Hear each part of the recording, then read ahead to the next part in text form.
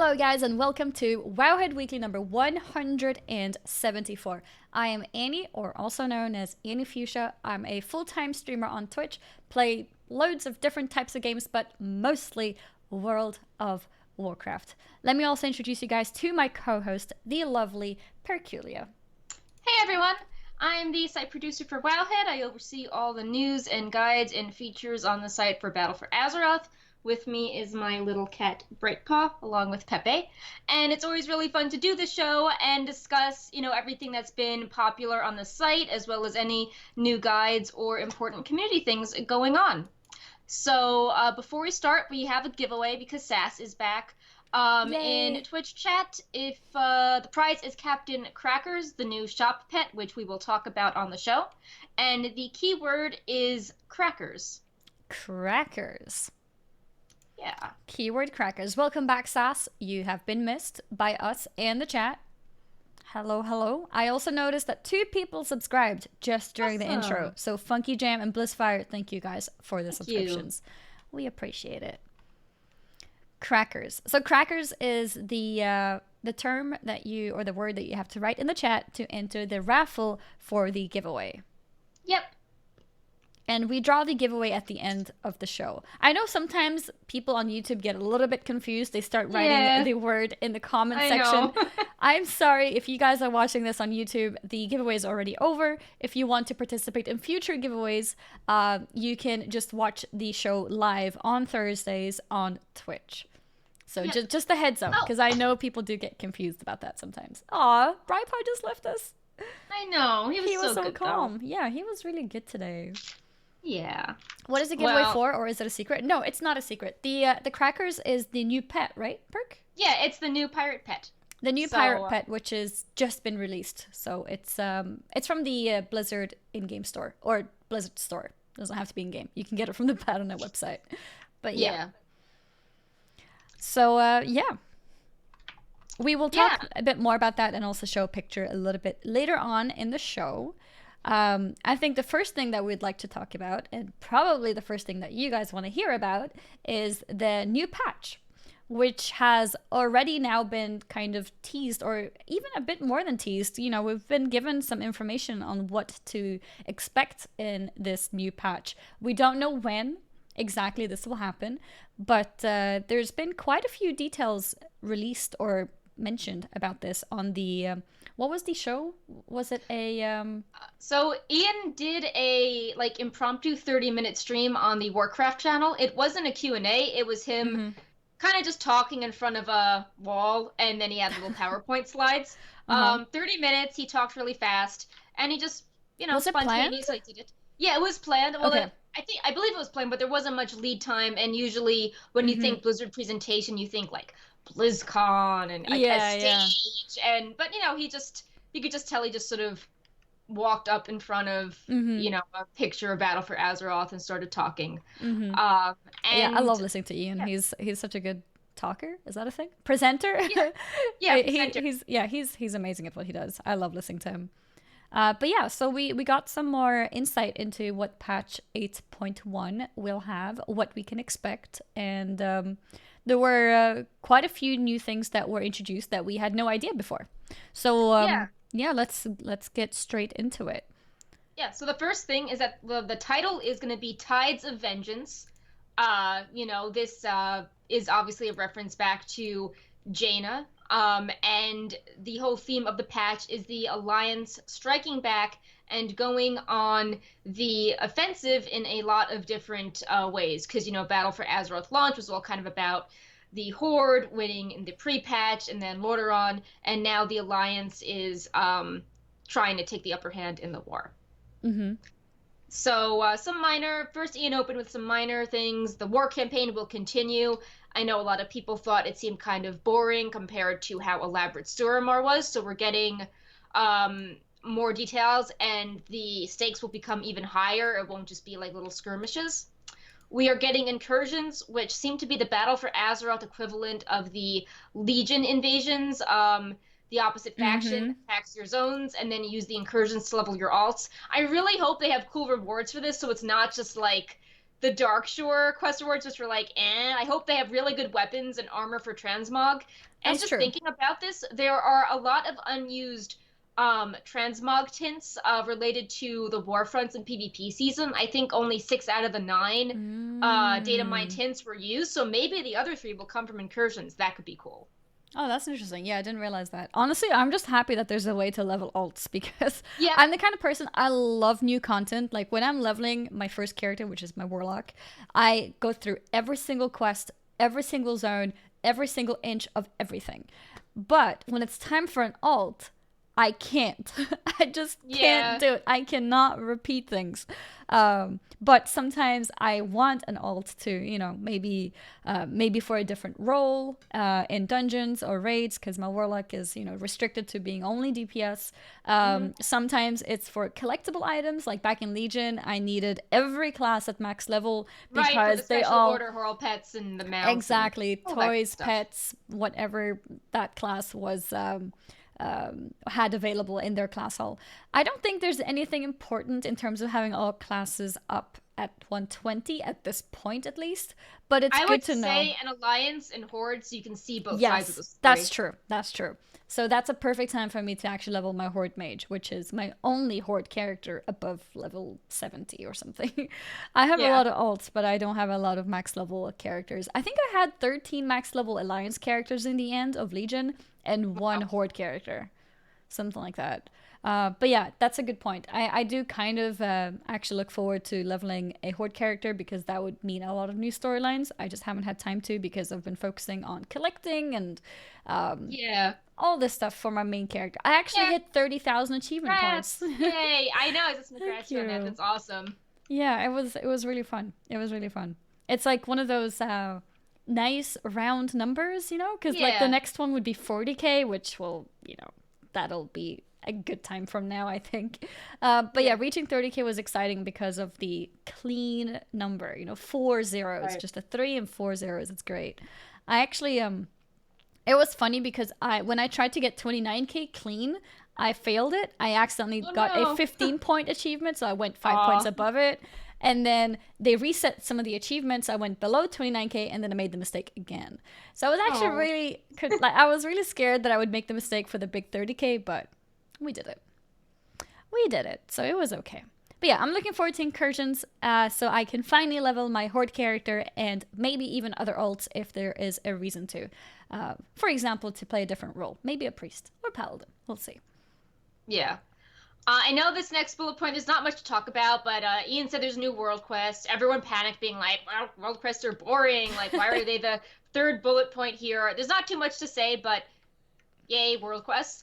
The next point is more exciting, I think, in the presentation. Mm-hmm. The character storylines are continuing, specifically Sourfang, who we last saw in the Stockades, Tyrande, who, Teldrassil burned down, and she had a really big role in the book that wasn't visible at all in game. I And know. then Vol'jin, who was last in Urn, who Yeah. has disappeared from the urn. So Mm-hmm. I'm really excited to see where this will go, especially the Night Elves, because a lot of people were very worried that this horrible thing happened in the pre-patch and we totally forgot about it and we all just moved on to like, yeah, Sylvanas is the queen or for the Alliance and no one talks about Teldrassil. So yeah, I'm really looking forward to seeing Mm-hmm. the story return to what happened and not just sort of, forget about it Yeah, forever. I'm really excited about this one because yeah, first of all, Starfang. What is going to happen with him? Is he going to somehow leave the horde? Is he going to split the horde? Like, what is he do? What is he going to And do? he is the BlizzCon character, the Warcraft character on the BlizzCon key art, and they Mm-hmm. always have an important person there. Like last year, Jaina was featured there, and and Jaina Yeah. played a big role in the cinematic. And past years, I think Sylvanas was there, and then like Garrosh was there when he did something horrible. So Mm-hmm. it's always a hint that whoever's there Mm-hmm. is involved in some way. I think at the moment Starfang, except for Jaina, of course, but among the other like main figures, Starfang is probably the most excited story, or Hmm. more the most the story that I'm most excited for.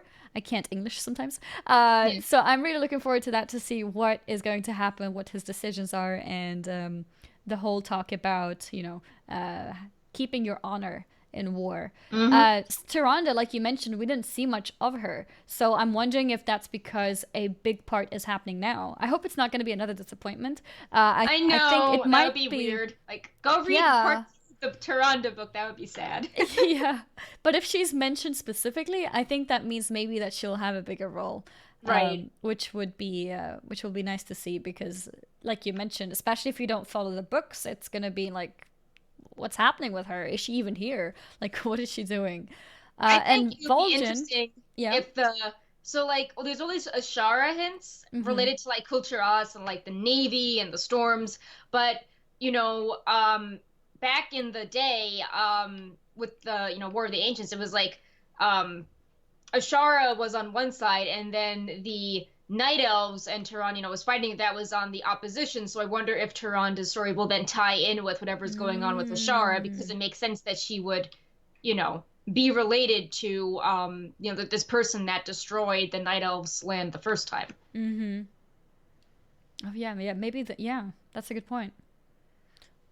And then moving on to Vol'jin, like we haven't really heard much of him lately, and I'm really excited to see if maybe this part of Vol'jin will give us a bit more insight into why Sylvanas was chosen. Or what Right, do you think? or it's like, why did she?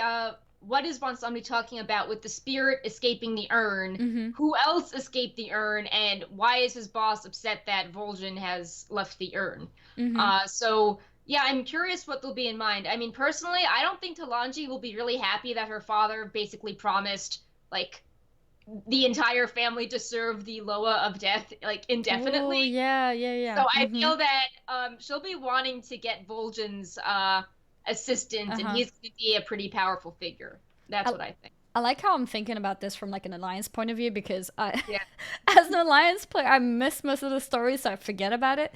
But yeah, that's a good point. That's a good point. There's a lot more to it. yeah. Another interesting thing going on is heritage armor, Mm-hmm. getting other races involved in the story.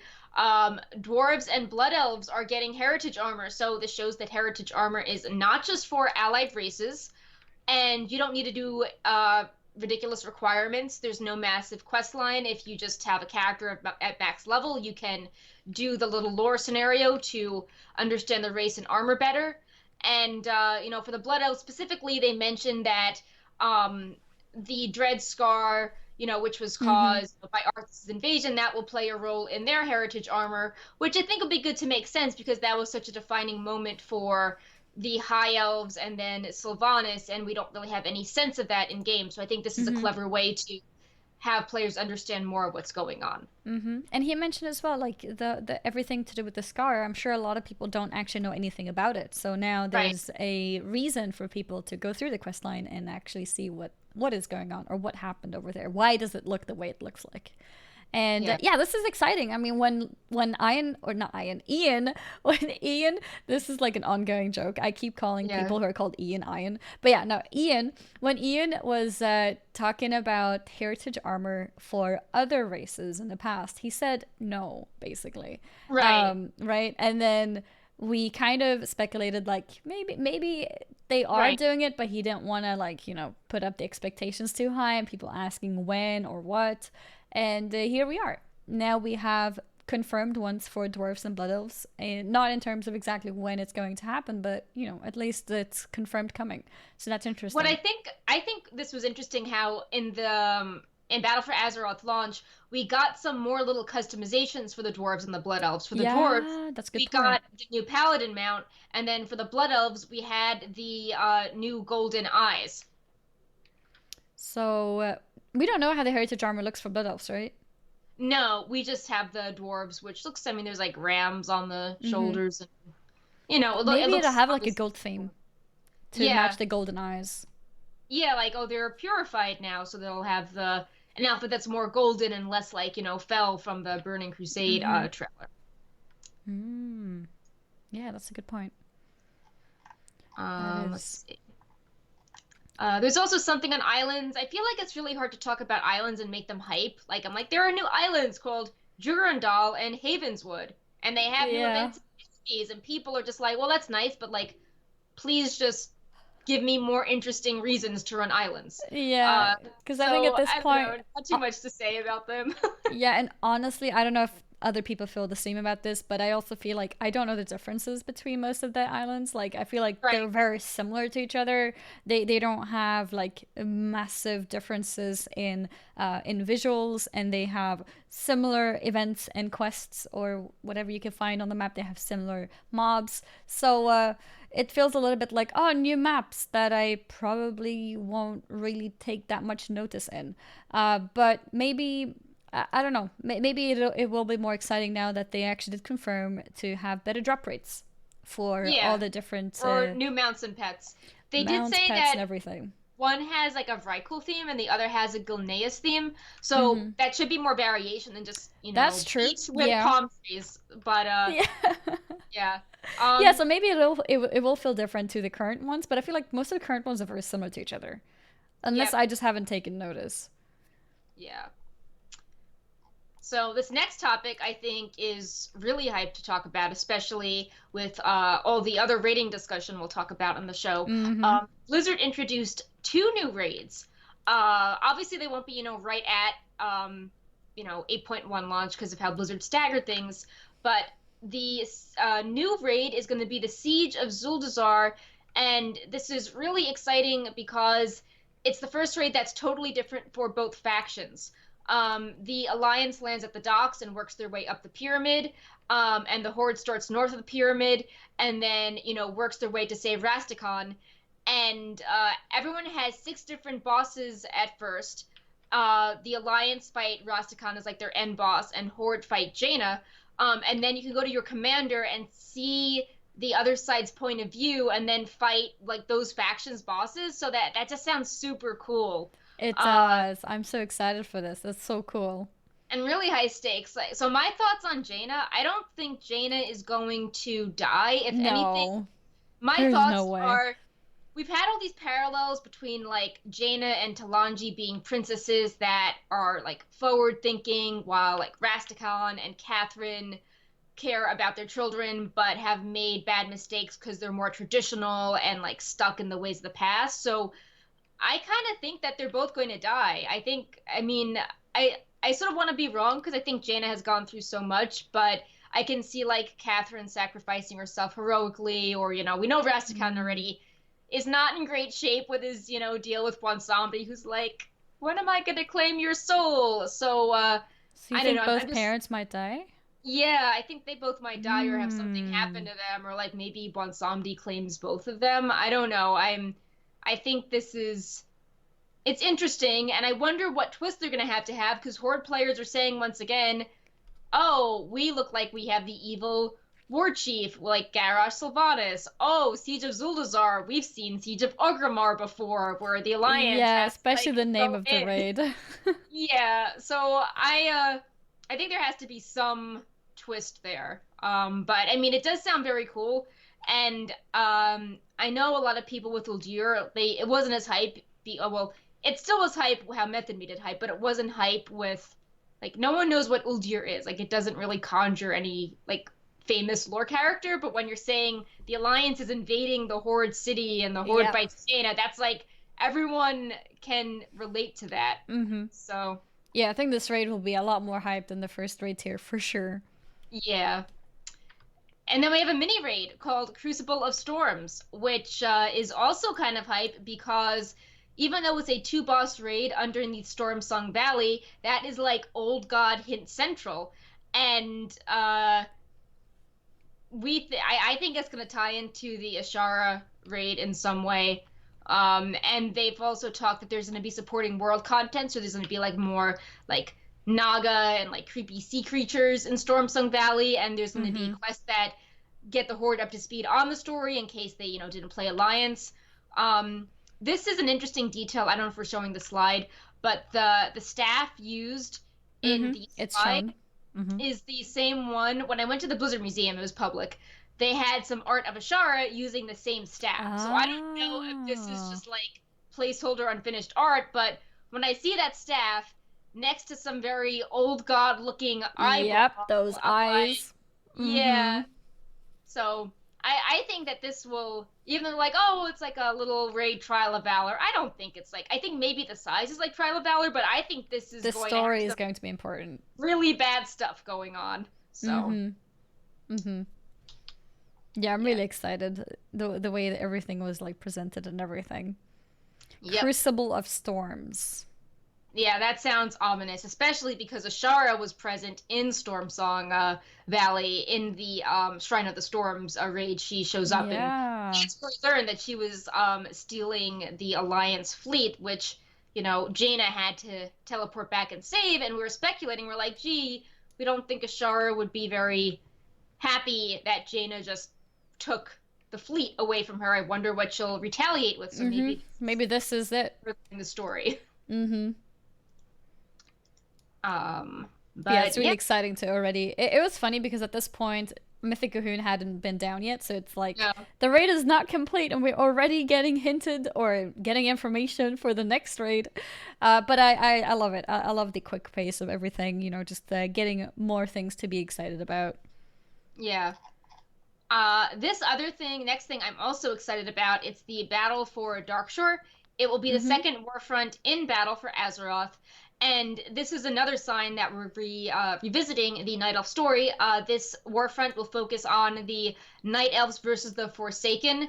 And there will be a lot of like Elven and Forsaken architecture. There will be more outdoor content similar to Arathi. So I look forward to seeing all these really cool, you know, like Night Elf toys and like rare spawns that are maybe related to important figures. Like maybe Dalaran will, I don't know, her ghost will be something. I think that would be cool. And I'm also curious if Darkshore will get a revamp again, because it's kind of weird how it looks like very messy and the terrain is difficult to navigate. Plus, it looks stuck in time. It's like, was this really just left as a ruin for 10 years after Cataclysm? Like maybe this should be similar to Arathi. But yeah, another thing I think. And then we have Teldrassil right next to it as well. So maybe there'll be like little trips there. Yeah. Something which I also think is interesting is on the Warfront slide, they have Forsaken, and a lot of people thought maybe this was the Heritage armor, but because the armor is different and one version is more elaborate, and it's following the same type of visual elaboration as the like current Warfront armor, I think this is like a sneak peek at like Tier 1 and 2 Warfront transmog for the Forsaken. I think that makes sense. We don't know what the Alliance one would be, but my guess, I don't think we're going to get the Skimpy armor. I think that will eventually be Night Elf Heritage armor, but I think it will have elements of, you know, those silver details, but maybe more covered up. But I think we're going to see like the shoulders with the feathers. I think we're going to see some of those elements making their way into the Alliance Warfront armor. Yeah, I feel like all the Warfront armors have been pretty heavy in armor, because it's like, you know, you're in the war. So yeah, indeed, I would be very surprised if Night Elves have the more skimpy look, because that's no protection in a war. Also, but yeah, and another good point with the Forsaken armor here is that we see how it goes from not many spikes at all, if any, to quite a few spikes, and that was I'm the exact like, same thing as we saw in the past in the other armor types. Each boot and each glove has 3 spikes on them, and then on the shoulders we go on 1 spike per pauldron to, I see, 3 spikes there. So yeah, we are really increasing the number of spikes here. Oh, even the pants have spikes. We go from no spikes to 5 spikes on each leg. Yep. So, Horde aesthetic is lots of spikes. Yep, very spiky. But yeah, I really hope this story is told in game and not like in a book. And I hope that we get some, I don't know, interesting cinematics from the Alliance point of view, maybe tied to Tyrande. I know a complaint with the initial Warfront, people were like, why are we in Arathi? Like, why is this happening? So I hope they have some more quests explaining the story, especially if you know you didn't play in the pre-patch and now you're like, why is Teldrassil burning? Where can I go to read about this? Or well, not, you know, play and learn about it. Yeah, I think Darkshore honestly is a lot more exciting than Arathi Highlands because of where it is and because we were there before the Warfront. So it's gonna be, I think it's gonna be a good place. And I think if I understood correctly, Warfronts will both go on at the same time. Well, they're going to be staggered, and I think that addresses criticism people had where it felt like, oh, Warfronts is content GG, takes over a month for Alliance to do anything. But Yeah. if we add Darkshore to the rotation and then even more in the future, there will always be something to do. Something So up. yeah, Yeah. so you could, like, you could kill rares in Arathi maybe one week, but also queue for Darkshore that same week. So they'll be Yeah, so they'll progressively more go hard to next to do. each other, basically parallel to each other. Yeah. Okay. Yeah, that's good. That's good. In that case, it kind of makes sense that there is not much to do when there's only one warfront. Because at the moment, it's kind of like the cycle is like 3 or 4 weeks long. Right. So in that sense, it would make sense to have, I'd say 3 warfronts. Yeah. I'm guessing the next patch will have a third warfront, and then maybe from there it'll maybe stop or slow down at least. Yeah, imagine if we like moved to old gods that I mean, I would hope the war fronts wouldn't be the focus. If it's like, oh, look, the old gods want to kill us, let's, fight over iron and wood. Yeah. So, Exactly. Yeah, I'm thinking it's going to be 3, and then the warfronts will stop, at least for a yeah. while. But yeah, what's interesting also with this next warfront is that they will switch order in which they start. So Alliance will actually start with this one with the contribution. Right. So, I mean, it makes sense. Like, the Alliance want to get, they're on the offensive. They want to get Darkshore back. So, Yeah, it does. another thing you're probably excited about this is the account-wide reputation achievements. Well, the achievements for reputations will be account-wide, and there used to be some faction exclusive transmogs, and they're loosening the rep restrictions with that. So, like, if you roll a High Mountain Tauren, you might not have rep with that faction, but if your horde is obviously already exalted, you can then like use like the tabard and the stuff that would make sense for your allied race to use. Yeah. So this should make 100 exalted reputations easy, because right now you basically need a character that was active in early Many WoW expansions. that did like Chandralar and Zandalari reps to hit that 100, and I'm sure we'll get easier over time, but people felt they couldn't, switch characters, and now you can. Yeah, I mean, at the moment, I don't have. I'm a warlock. I actually don't have Chandralar or Zandalari, and I just hit 101 exalted Oh, reputations, nice. and that's including all of BFA. So that means that you basically need every single reputation in the game, pretty much. Right. Yeah.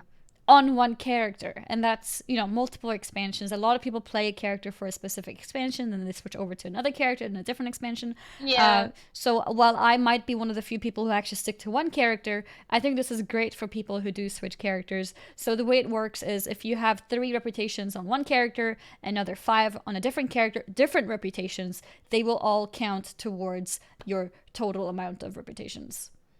Yeah. So that helps you a lot with getting the 100 exalted reputations, which has a mount reward and also a title reward.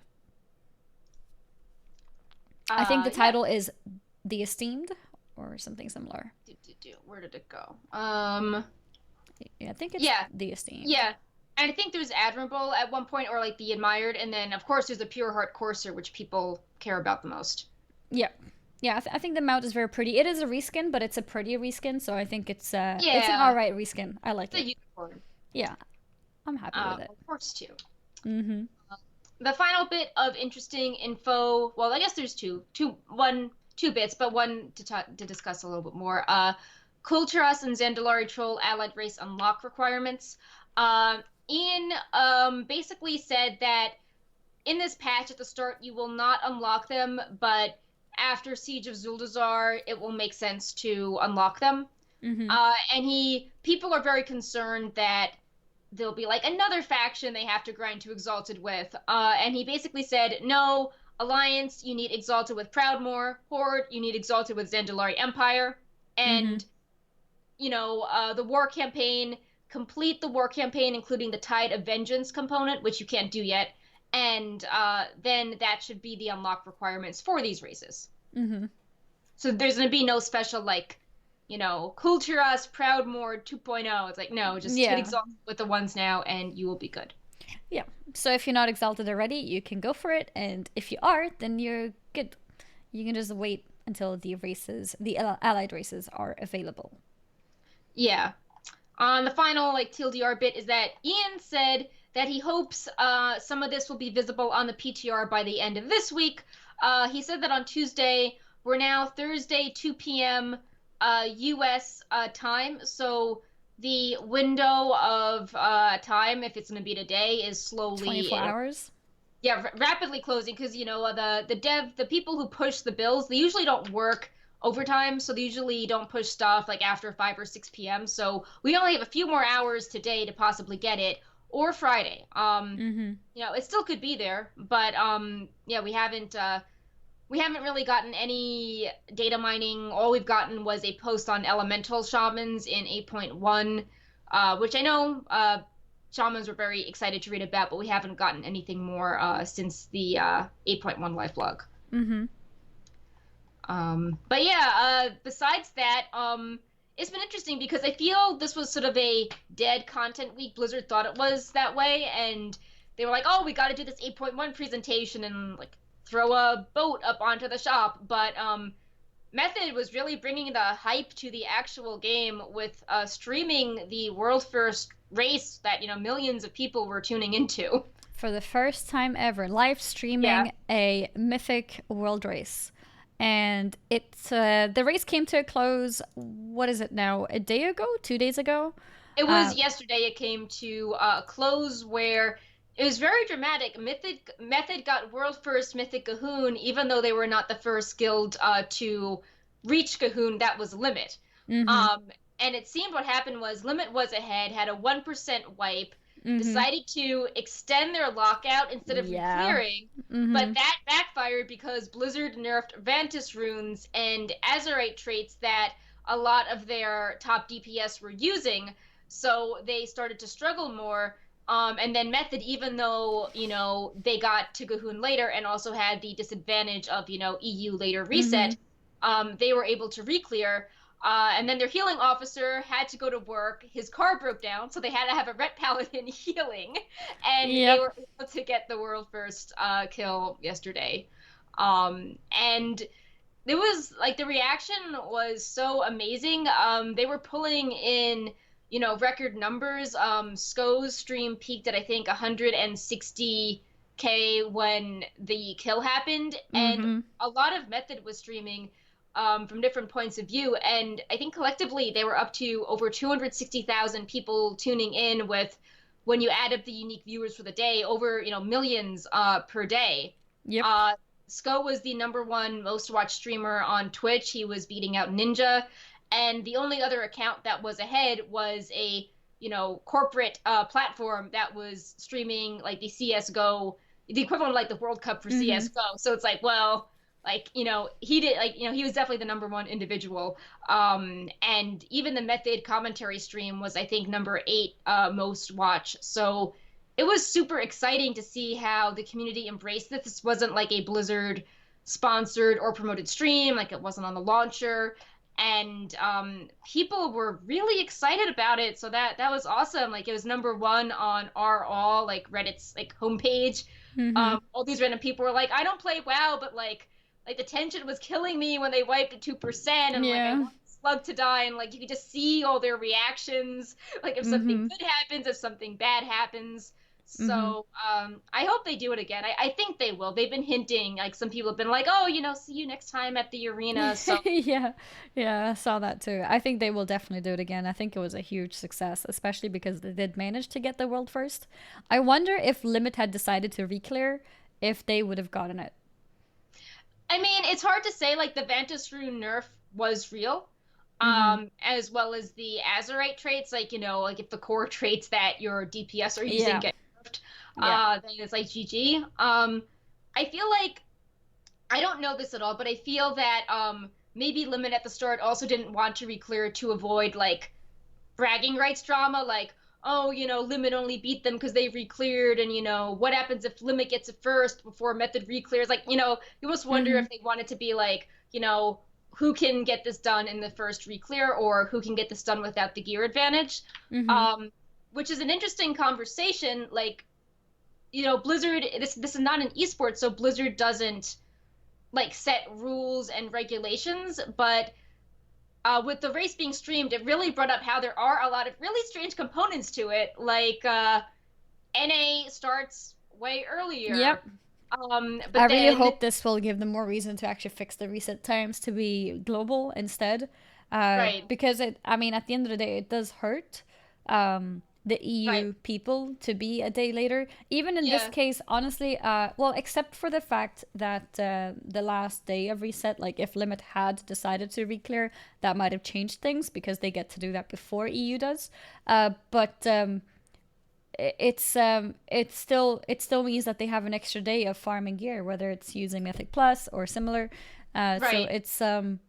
it's something which is especially if this will become a real thing, it's something that really has to be fixed.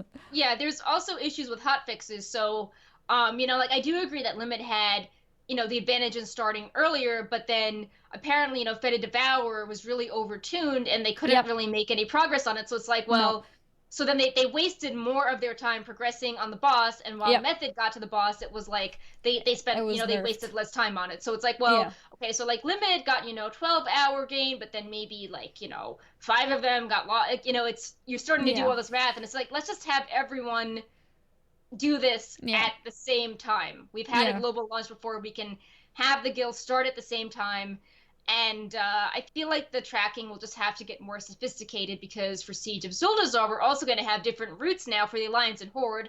And while I know, like, GG, LOL Alliance, all the guilds are Horde, it's like, well, what happens if the Alliance route was really easy and, like, some Alliance guild, what happens if Rastakhan is way harder than Jaina, so like the Horde guilds are blocked on Yeah. Jaina, and the Alliance guild is like, It's you true. know, Mm-hmm. going past it. So I don't know. I feel it'd be good to be more organized, just in like start times and I don't know, even boss orders if there's a faction difference and just all that good stuff. Mm-hmm. And I also wonder. I mean, I don't think Blizzard could implement this quickly, but I think having actually people actually see that if a boss is difficult, it's not strat. It can be like, okay, well now we have to farm Mythic Plus the same instance 10 times in the hope that we proc a Titan forged, Uh-huh. trinket. It's like, oh, this compelling gameplay. Maybe we should, I don't know, make the race more about skill and less, farming the right gear or stacking 5 warlocks with a certain trait, stuff Yeah. like that. Mm-hmm. Like there's definitely an audience for it, but it did highlight how there were some really strange parts to the race that are not very, I don't know, logical or compelling. Like at least in Mythic Plus, it's like we're running the Mythic Plus. Like you're not watching the streamer say, okay, well now I'm gonna raid Uldir for 12 hours in the hopes I like get my Mythic Plus gear. It's nice how Mythic Plus just feels more regulated and pure. Mm-hmm. Um, but yeah, it's certainly made for a lot of discussion. And yeah, just to review some stats, Method Team peaked at 263,000 concurrents. Sko beat out Ninja for it to be the #1 most watched individual. WoW was frequently the #1 game. And World First was, at the top of our all. And the most recent post I made was highlighting those stats and like way more stats over on Wowhead's channel if you want to learn more about that. Like even Mm-hmm. their Twitch clips were like beating out like, Dr. Disrespect and like Yeah. even like clips of Ian talking about things like Kulturas, like allied race unlocks, like the method clips are all way more Uh-huh. popular. And I think it's really cool how it sort of has changed the perspective on sharing information. Like normally it's like, oh, 5 guilds have to down this, then we release the YouTube, but now it's like you can just watch it in the moment and it lends itself so well to Twitch clips. Like, someone reacting to a low wipe or someone's Exactly. facial Yeah. expression when they win. Like Mm-hmm. that stuff goes really viral and we've never Mm-hmm. had that sort of, And if you're following up stuff. on the progression like the entire week, then it becomes more exciting in case you missed the kill to watch it on YouTube as well. So there's going to be a lot more interest in general to be out there. So it's like there's the only downside to streaming is the strategy being out there.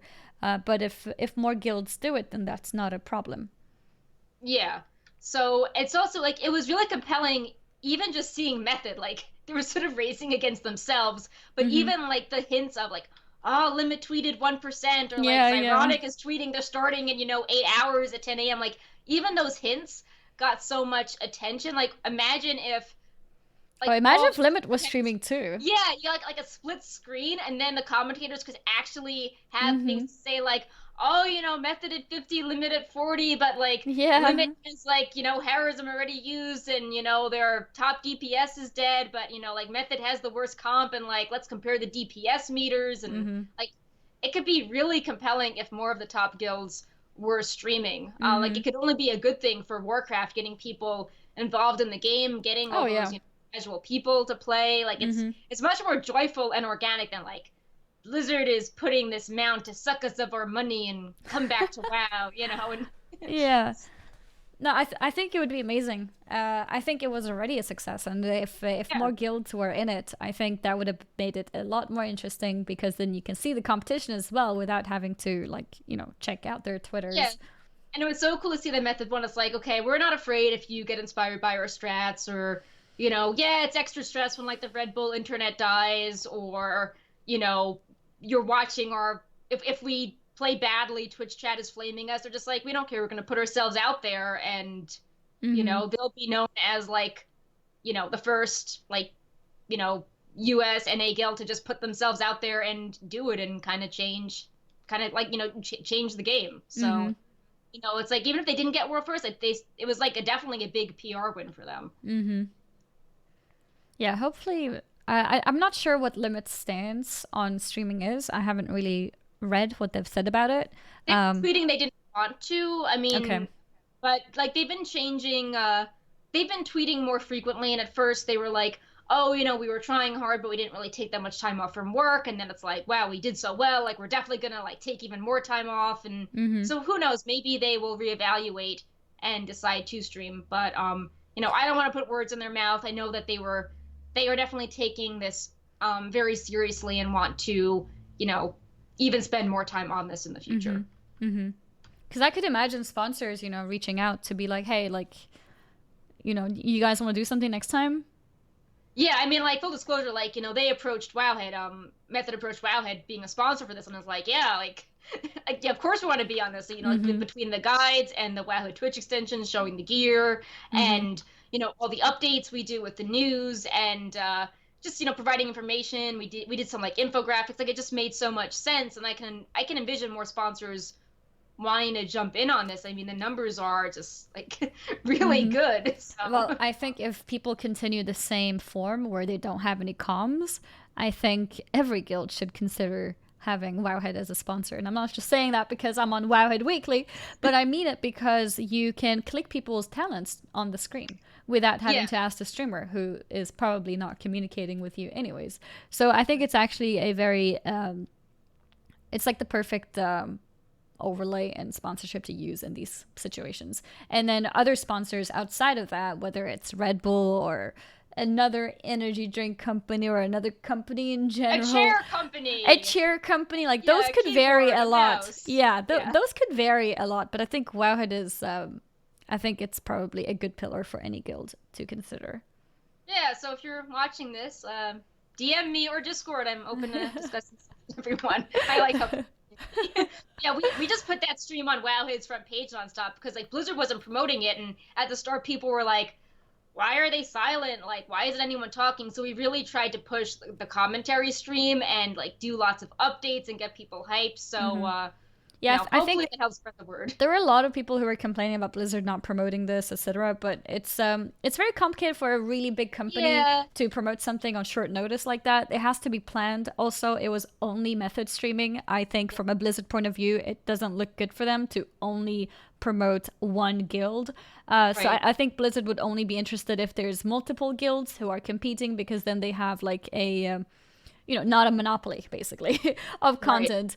So I think it's a lot to do with that. Also, I saw some silly complaints about people like, oh, why are they promoting the streamer who's doing normal Uldir when there's a mythic Uldir going on? And it's like, Yeah.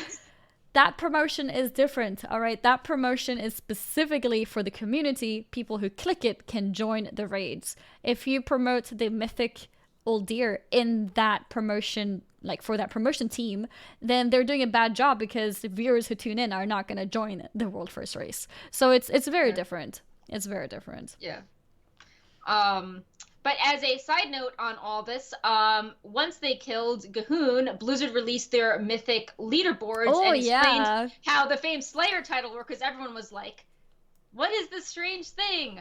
Mm-hmm. So the TLDR is once 100 Alliance and 100 Horde guilds get the famed Slayer Hall of Fame achievement, then Mythic rating will become cross-realm. So if like 200 Horde guilds have it and 50 Alliance, that it doesn't work. You need 100 on both.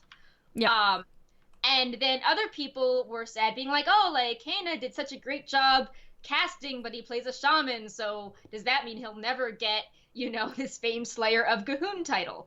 And Blizzard clarified that if you are in a guild that has the Hall of Fame achievement, and you personally have the cutting edge feat of strength, then you will get the famed Slayer title. So, for example, like, Kana could get in on the week 2 kill, then he'd get his cutting edge, and then he would have the title, which I think is an improvement how the world first titles, realm first titles worked in older expansions. Like I remember, was it like champion?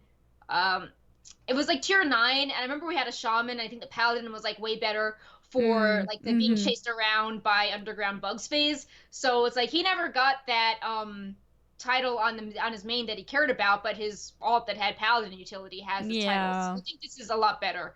That if you contributed but you had to sit out, if you earn it in a future week, then you get it, and it rewards guild loyalty, because if you leave the guild and you don't join one that has that Hall of Fame title, then you don't have that title. Is it confirmed that you lose it if you leave the guild?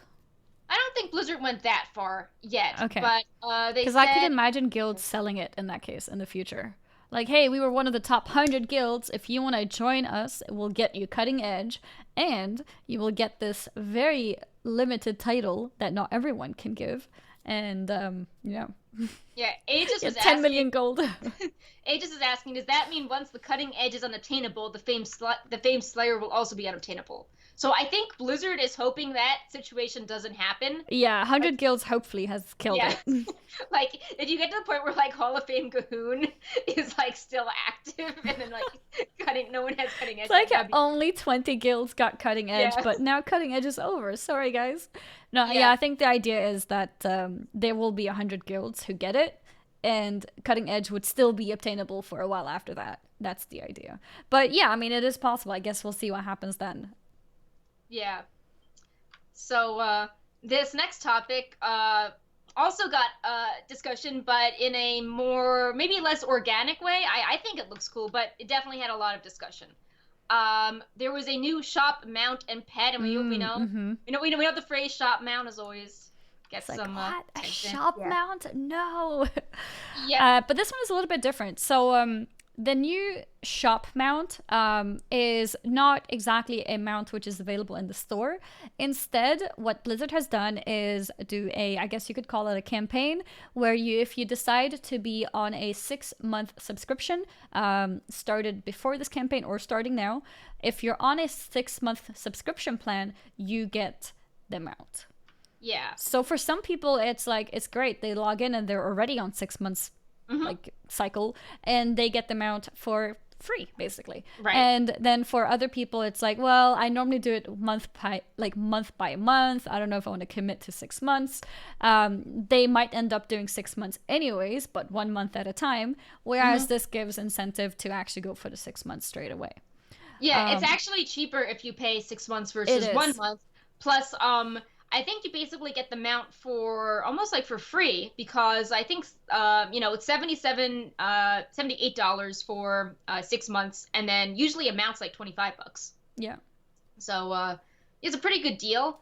The mount's really cool. It has like little cannon animations on it as the mount special, and this will only be available through October 21st as the promotion, and then sometime in 2019 the mount is returning to the store by itself.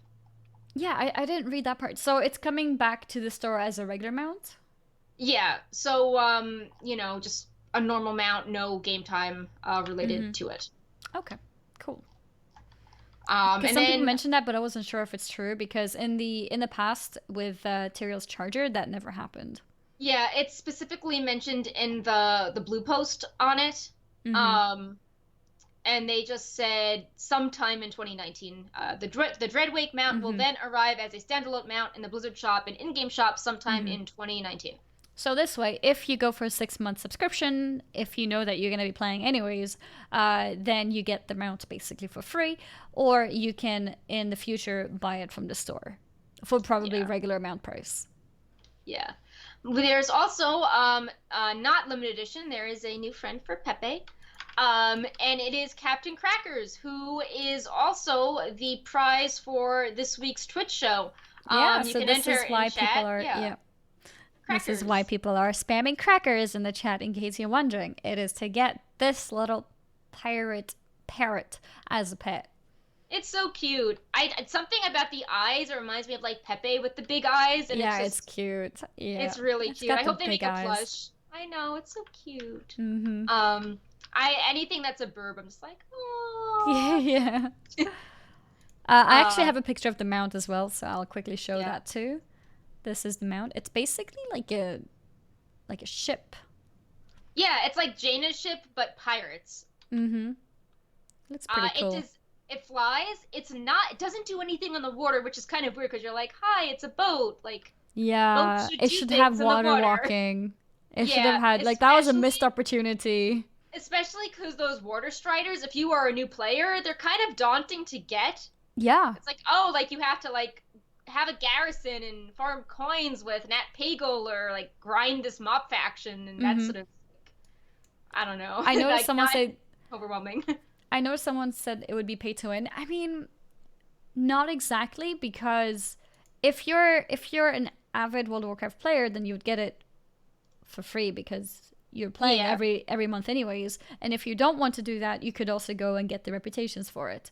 And it doesn't give you a power advantage per se. It's just a convenience thing. I think it would be fine if it did have water walking. I don't think it would be fine if there's no other water walking mounts in the game. Right. But since there is, I think it should. I think it would have made sense for it to have it. Yeah, I've also seen a lot of people that are, like hardcore raiders or mount collectors that are also in favor of this. Was not just like, oh, those casuals want their border walking. No, everyone's like, oh, like this would have just been like dope from a lore perspective to have the Yeah, boat it's a do ship. something Like in the it water. should be able to float. Yeah. Like it makes sense. And yeah, I mean, of course, it's always like if you want to show off that, you ground out that water walking mount, just use the other mount.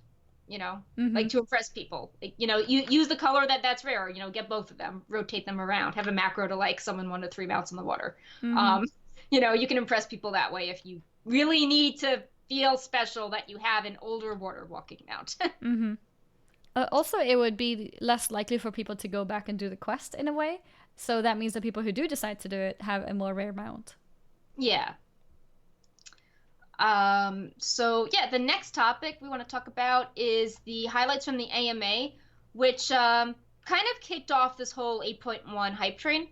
I mean, the most important thing was that Ian was like, oh, well, I'm going to talk about 8.1 soon, and then he talked about it.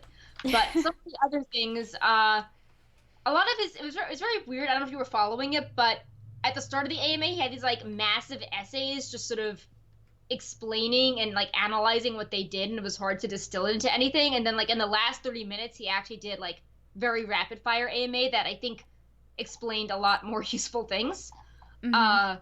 Like I thought he had stopped, so I took a break, and then I'm like, oh, he came back, and he was like, he's answering questions way faster now. I gotta cover this again.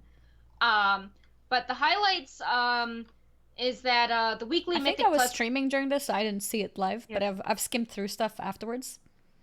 Right. But So yeah, the weekly Mythic Plus cache was interesting. yeah, so it has bad luck protection to get an Azerite armor piece, and then he actually tried to explain.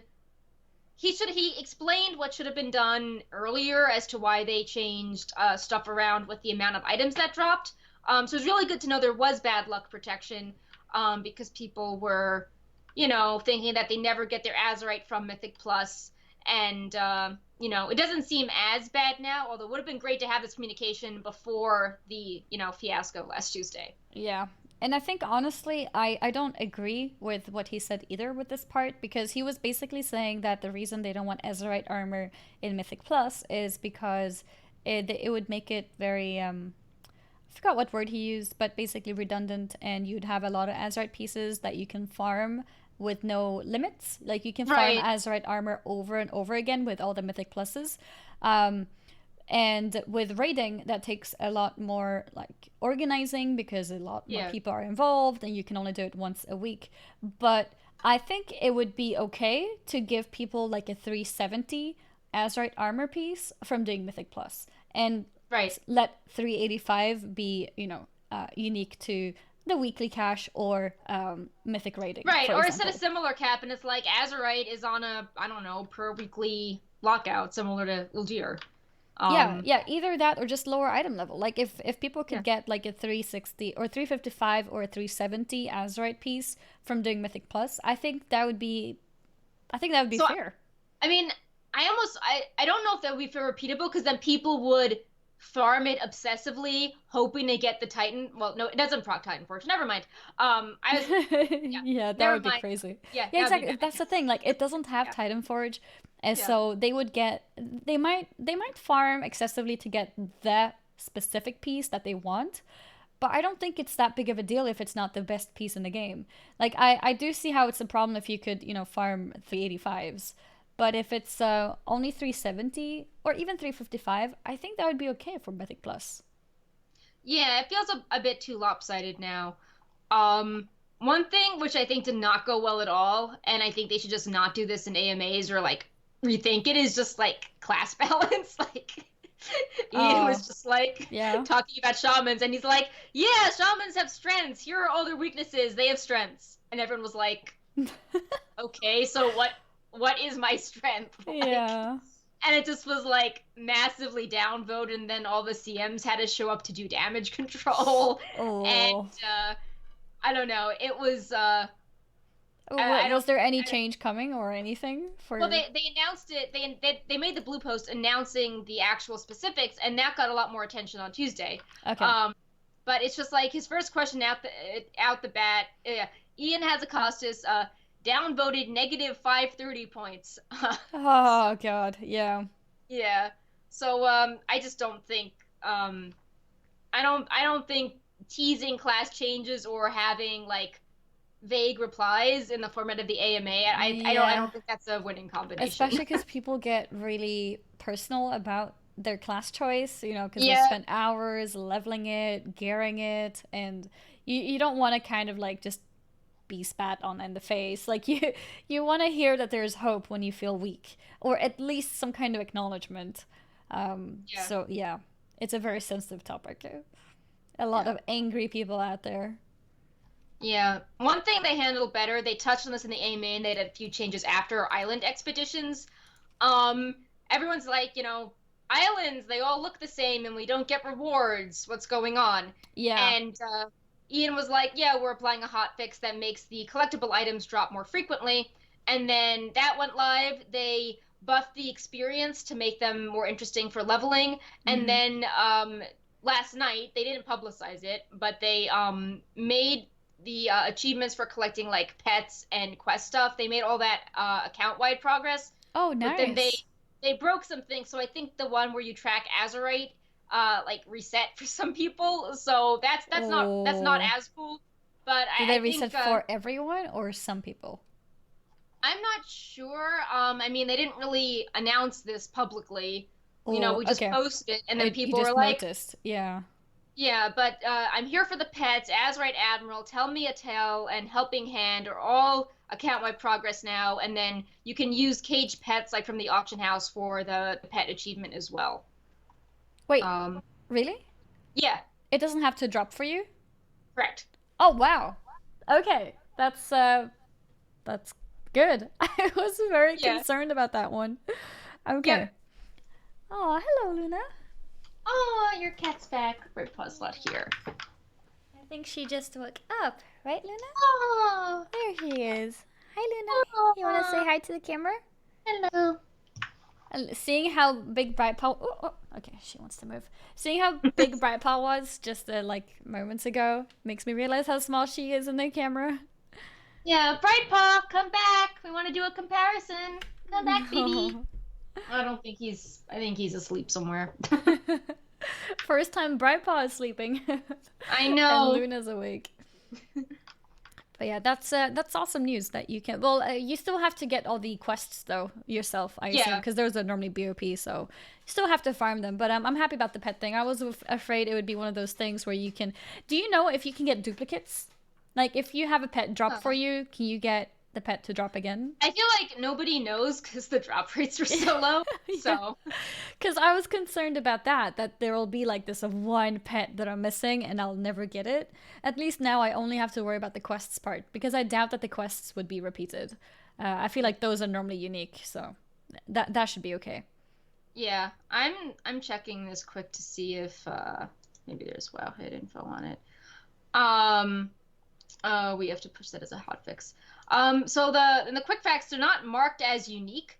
So to me, that shows you can get more of them. Someone said you can get duplicate toys. Oh god. Okay, if you can get duplicate toys, you can definitely get duplicate pets. Yeah. Because pets cannot actually be caged and sold, whereas toys are completely useless. So okay, that's good to know. But yeah, I'm pretty sure that the quest would not be repeated. Because that would not make sense, right? I hope not. Yeah, that would be weird. Usually quests like they're flagged so you can't do exactly. them again. Yeah, like you can't pick them up anymore, usually. Yeah. But if it's account-wide, is that one account-wide too? Yeah, they made those 4 account-wide now. Okay. And I think the rest were account-wide as well. And people care about these because if you get all the island achievements, then you get a special island expedition achievement and title. Okay.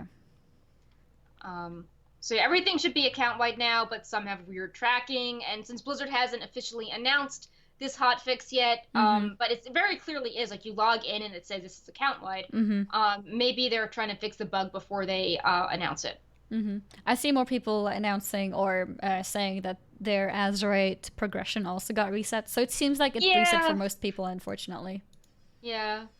But yeah, for people who just tuned in, we're talking about island expeditions. We're talking about the pet rewards and quest rewards and all of those achievements that require you to get all of them, or many of them, have now become account-wide. So also the experience has been buffed for alts, meaning that you actually have a somewhat of an incentive to use island expeditions to farm those things while you're leveling. Exactly, because it's account-wide, so you can get the thing on your level 111, and then it counts for your mate.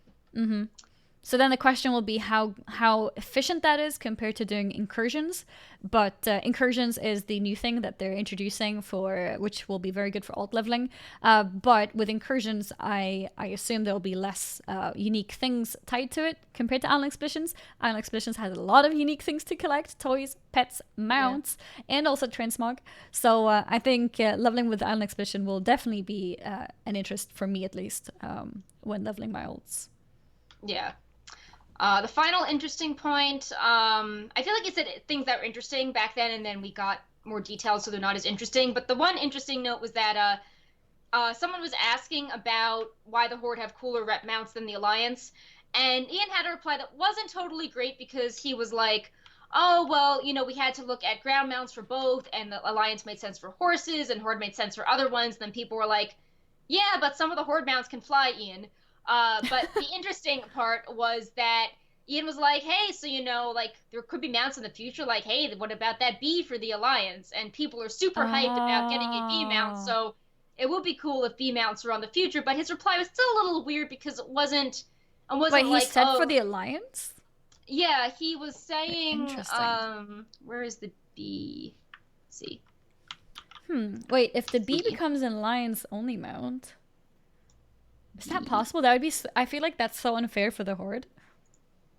Oh yeah, so he basically said something like, when we make a new expansion and we look at the broader ecologies of the new zones and identify which creatures would be cool mounts.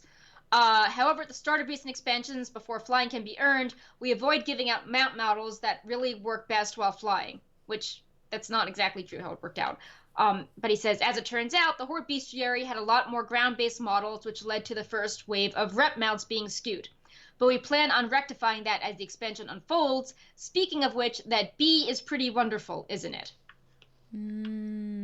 So if he's like, oh, it's like in favor of the Horde, then it kind of hints that the B is for the Alliance. Yeah. I mean, yeah, I do realize that all the quest lines and things for the B was in an Alliance area, but I kind of assumed that Hordes might have some quests there too. Maybe they don't. Yeah. I don't know, actually. I mean, maybe there'll be like one neutral B and then other colors. Like we've seen with the Warfront how the Horde have the horse. So maybe there'll be like, I don't know. And then the Alliance have a raptor, so maybe there'll be, I don't know, a bee in a Warfront somewhere that everyone can get. Yeah, that's amazing. The bee is very unique. I look forward to that. That's going to be awesome. Yeah. But yeah, speaking of Warfronts, we have a few world events going on. The Warfront is now open on NA and EU servers for Alliance players. Finally, what's this, like 6 weeks after BFA has opened, we can like finally Warfronts? What is Warfront? I forgot. Yep. Oh, that was a new feature? Oh, okay. Yeah. But yeah, we can finally do it as Alliance players. You complete the Warfront, you get 340 gear, and you also have a special quest line which gives you a 370 piece. I think this also means that all the rares, all the lockouts have been reset, right? So you can go to Rathi Highlands and farm all the different rares for the mounts and toys. Oh, apparently it's not reset. Oh, that seems like a bug because it's never been reset, and that doesn't make any sense. Apparently it doesn't work yet. I guess we'll see. Yeah, that seems wrong. Yeah. That does not make sense. And good news though, we're still working on doing little finishing touches, but you can track the Warfront progress on Wowhead's front page now. We added in a little progress bar so you can see that currently the Alliance are attacking and there are 6 days left and the Horde controls are at the Highlands. So I know a lot of people were like asking us to show contributions and when they're attacking and all that good stuff. So we're still trying to hook up getting the contributions only to show during that phase. That's a little more complicated, but we are showing like what the general phase is, and they really sped up contributions this time. It went faster than the Horde time, so I think Blizzard realizes it's kind of too long and they're trying to speed it up. Yeah, I think they balanced all those cycles based on having multiple Warfronts. So maybe it was a little bit of a mistake to not just introduce 2 of them at once. Right. I think there might have been a bit, like if they had contributions on Horde side for Arathi Highlands and contributions on Alliance side for Darkshore at the same time, maybe that would have made it feel a little bit more fluid. Yeah. Oh, this next topic is convenient. I was going to say Brewfest runs through October 6th. Not a ton of new stuff to do. RIP, missed opportunity. Trinkets I-289. But there is just a blue post during the show saying, hey guys, we're working on a fix to bring these items to their correct item level, which should be 335 at 120. This fix is retroactive, so if you got any of them already, no worries. So that's not very... It's still not amazing, but it's like sorta LFR level, which is better than like... I dinged 120 and here's like a level 118 trinket level. So, you know, it's not great. I still think it's a missed opportunity. There was nothing with the Dark Iron Dwarves, because, I mean, they're the ones attacking the camps, and now they're also the allied races, and we know that not all the Dark Irons get along, but it just feels like a missed opportunity to, I don't know, have the allied race contingent have their own little hut selling beer, you know. It just, I agree. They could have had, like, a little hub there with, Dark Iron Dwarf representing maybe a couple cosmetic items or something. Yeah. So fingers crossed for next year. I feel like in the rush of getting BFA out, the holidays didn't have a ton of stuff. I don't know if this is maybe like Blizzard's master plan, how in the years where there's not the expansion, they'll add the stuff for holidays. Like Pirates Day took place yesterday, and last year they had this cool Jolly Roger toy and like a party and like new songs. and that was really cool, but didn't get anything this year. And last year at this point we're sort of like in like dead zone end of Legion. Yeah. I think it makes sense to wait with the holiday content until later, because it's the content that's kind of less important, but still cool in the downtimes. Yeah, and there'd be so much cool stuff with Pirates Day as well, like with Kulturas and Zandalar.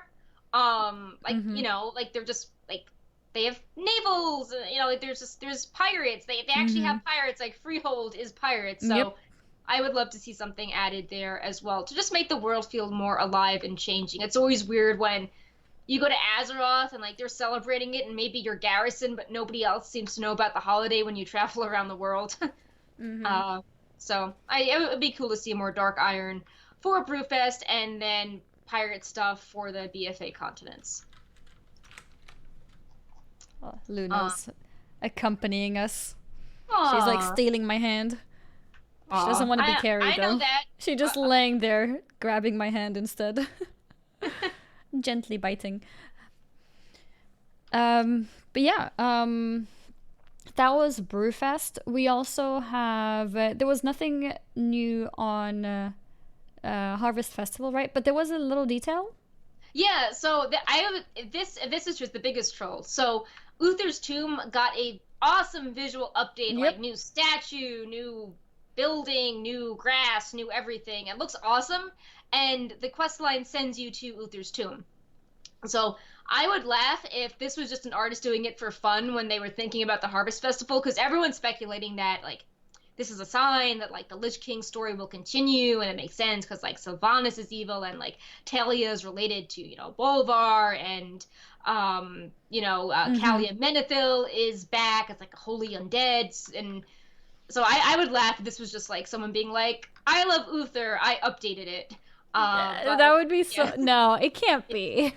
Yeah. It can't be. Yeah, I'm just gonna update the visuals amazingly for fun, Yeah, no, I think there's still gonna be something. Yeah. It's like, yeah, guys, no, this update was just for the festival. That's it. That's it. No, I think there will be something with it. Yeah. So that concludes our discussion of live and PTR hints, but we also have some interesting classic Kickstarter news and then Wowhead party events. I'm just pulling up the Kickstarter to make sure my info is still correct. So the WoW Diary Kickstarter has a few days left on it. We've been highlighting articles every few days on it. That reminds me, after the show, I should put up another post. They've been doing really awesome promotion, like on our WoW or Classic WoW, lots of podcasts. And they are 10K away, basically, to their final stretch goal. They are the #2 most funded nonfiction Kickstarter. And it's very cool to see them closing in on 400K because it's crazy. A lot of people don't know this, but they had a failed Kickstarter. Like, it wasn't promoted well, and 400K was the goal, and it made like 5K. And then they restructured it to be like cheaper and have the goal of 10K for the ebooks.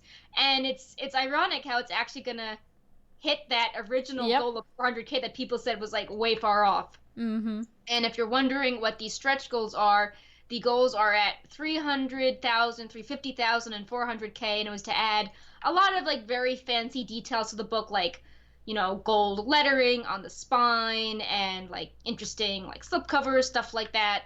So we have a few more articles to post on them, but yeah, it's been a good week for WoW records between like the method streams for the race and then this WoW Diary Kickstarter closing in on the #1 Kickstarter record. So that's really cool. That is really cool to see. And then in other community news, we have officially opened the Wowhead BlizzCon Party RSVP page, and I will be there. Annie will be there. Members from Method World First Team will be there. Lots of streamers you've seen on Wowhead's front page will be there. We're trying to work on getting like actual Blizzard people doing stuff on the stage. And yeah, we're really excited about this. We have they're free on Eventbrite, so you should RSVP. Maybe we can drop a link into the chat. And new this year, we have created special bundles for the people that are super fans that maybe want to really show their support for Wowhead. So this is new. This is something that did not exist last year. I think last year the way it was just a sort of list, right? Like there was a limited amount of spots, and as long as you had RSVP'd, you got in. And this time there is still that you can still get in for free, but then there's options of paying more to get cool stuff. And there was one crazy one for a VIP tier, which I think Wowhead was a bit unsure about if they should have it or not, and it almost immediately sold out. Like, that's actually crazy. Yeah, we had a VIP tier for 500, limited amounts, and it's $500, limited amount of tickets, and it got sold out almost immediately. Like, that's actually crazy. But these are completely optional. You don't have to actually buy these tiers, but if you want to support and want to get the extra stuff, then you can go for them. The link is in the chat if you guys want to check it out, and RSVP if you are attending BlizzCon or live in the nearby area and want to just attend the party. Yeah, and I mean, some of the things you get with the extra tiers is that you can get a line skip, you can get some free drink tickets. Not if you like drinking. Some tiers are more about like getting the drink tickets, while other tiers are about getting Wowhead shop pins, because those pins are like really big deals among collectors. Like, we see them on eBay all the time at really high prices, and we'd rather, those pins go to the fans and not people trying to scalp it. So, for example, the collector tier, you can get a line skip, you can get an extra prize wheel spin, and then you get 10 Wowhead shop pins, and we are limiting that to 100 lucky people. And, every bit helps. We don't run a Kickstarter. I mean, nothing against Kickstarter, we just were talking about Kickstarter, but every year the Wowhead staff tries to budget out an amount for the Wowhead party, and your support makes it so we have more flexibility, so we can do cooler things, get a bigger space, have more claw machines to have fewer lines, have more bars, or if the party makes enough money, then other parts of the site do better. We can pay guide writers more, hire more news staff, to cover method around the clock. So, your support really does make a difference in making the party and the site better each year. So we really appreciate all that. And here's a sneak peek of the pins, which are also available in the shop, right? It is the same pins, right? Yeah. And the bottom left one is the Wowhead Weekly one. It's a special Wowhead Weekly one, which is me, Perk, and Brightpaw. This was before Luna existed. Yeah. So maybe next year we'll have a Luna pin, a Brightpaw, just a pin of the cats. Right. Yeah. Both cats together. Yeah, she's right here by my keyboard. She doesn't want to be carried. I tried carrying her, and then she just got back out. But she just wants to have her belly rubbed, so she's right here. Aww. Just chilling. Yeah, she's really comfortable. She was sleeping before, so she's still kind of sleepy. Right. But yeah, I'm really excited about the Wowhead party. I noticed somebody asked in the chat about who's hosting it. So the what do you call it? Like, the way it's set up this year is going to be different. So there's not going to be a host per se throughout the show. Instead, there's going to be different people on the stage at different times. But you will most likely see me and Perk at some point, at least. Yeah, we figured that it can get kind of repetitive to see the same or one or two people trying to hype up cheering the prize wheel and introducing themselves. So we figure have more of a rotation of different people on the stage, shorter segments, maybe Towley and Lulaboo, maybe she'll cook something on the stage because her specialty is cooking, or maybe Method will do a little segment on the world first race, and everyone can have their moment to shine and do their thing before they lose their voices and get repetitive. And we'll also have a autograph signing area as well. So, there's only so many people we can fit on the stage, but maybe there'll be MDI teams or more people, more streamers in the community that will be able to, be in the signing booth. We have taken over the California Ballroom's C and D this year for the entire duration of the party, so there's no weird mass exodus going from the outdoor area to the indoor area when the outdoor area gets shut down with noise complaints. Yep. So the stream can go even longer. We don't have to cut the stream. We can be loud. Yeah, it's really funny. Okay. because we wanted it. So the benefit dinner with BlizzCon for BlizzCon people, that's in Ballroom A, and we wanted to take over ballrooms B, C, and D. And the Hilton was like, "You can't do that," and we're like, "Why?" And they're like, "This other group took it over." And I'm like, "What do you mean? Like, this is the first day of BlizzCon. Like, did this get leaked?" And they're like, "Oh, like there's a dentist convention going seriously? on." Yeah. So. Oh, you're joking. So we were surrounding this one ballroom that's like a dinner for the dentist convention. Oh, wow. And like where the DJ is right at the wall partition, so they're gonna have some really loud sound. Yeah. So guys, if you do attend, please don't accidentally walk into the dentist convention, and be nice to all the dentist people around. I want to be like, hey, can we have a deal where like after a certain hour we can just like roll back the partition? Because I don't know. I doubt the dentists are partying until 2 a.m. That's true. They're probably gonna stop around 9 or so. Maybe 10.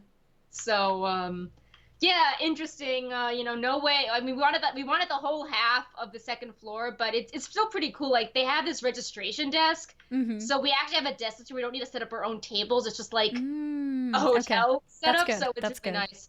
Yeah. The one thing I'm a little stressed on is that the dentist ballroom has the best visibility for the doors, so I'm really worried that people will just like check in and then like walk in the nearest door.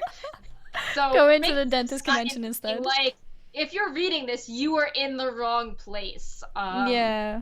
So. I see a comment. If you go to the dentist convention, make sure you brushed your teeth. Exactly. Yeah, I don't know. With all the gamers who are going to be around. Like, not sure if people can. Or like undead with like, people like having like prosthetics in your teeth. Oh, God. But yeah, our giveaway winner is same_. Please let us know if you've reclaimed the prize, or we'll have to pick another one. And yeah. at the party, there's also going to be prize wheels where you can spin the wheel and hopefully get something cool. And there's also going to be computers present, right? So there's going to be many different activities for the people there, and there's gonna be a photo booth with like digital backgrounds and props that you can pick up. The center is gonna be, it's really cool. It's gonna be a bar, but like the bar is like a free floating island, so you can queue up on any side of the square and get drinks. So instead of having like all these like tables everywhere, it's just like this massive bar in the center. Yeah, that's good. Yeah. That's good. We've also doubled the amount of prize wheels and claw machines because we know the lines can get pretty crazy. So we're trying to move things along by having more of them and having the bigger space. So hopefully fewer lines, although, we're promoting the party better this year. So that just means more people will show up and we'll just have this endless problem of getting more space and then getting more lines as we promote it. Yeah, I'm really excited. I think it's going to be awesome. Yeah. So, yeah, thank you for your support. Sass and Katsuki have worked really hard setting up the shop, setting up the pins, getting the pin designs. Sass quick reminder of the pins. On a plushie.